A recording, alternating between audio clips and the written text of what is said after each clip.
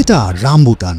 দেখতে অদ্ভুত হলেও এই ফল দেশের সবচেয়ে দামি ফল। কোনো ঘ্রাণ না থাকলেও রামবুটান খেতে অনেকটা লিচুর মতো শ্বাসযুক্ত ও অত্যন্ত মিষ্টি সুস্বাদু। এই ফলের এত দাম যে মাত্র এক গাছের ফলন দিয়েই বছরে 3 থেকে 4 লাখ টাকা আয় করা সম্ভব। একটা প্রাপ্তবয়স্ক গাছে সব মিলিয়ে বছরে ফল পাওয়া যায় 5 থেকে 7 মণ। অন্য ফল গাছের অনেক পরিচর্যার দরকার হলেও এই গাছ বেড়ে ওঠে তেমন কোনো যত্ন ছাড়াই। রামবুটান দেখতে যেমনই হোক না কেন খেতে খুবই সুস্বাদু।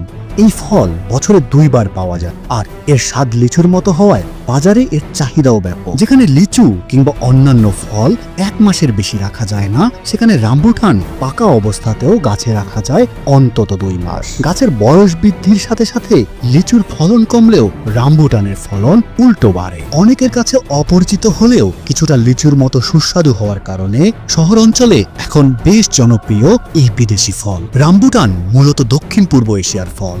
থাইল্যান্ড, মালদ্বীপ, মালয়েশিয়া, ইন্দোনেশিয়া এলাকায় এই ফল ব্যাপক পরিমাণে জন্মে। বাংলাদেশে রামবুটান আমদানি করা হলেও সম্প্রতি দেশেই উৎপাদন শুরু হয়েছে এই ফলের।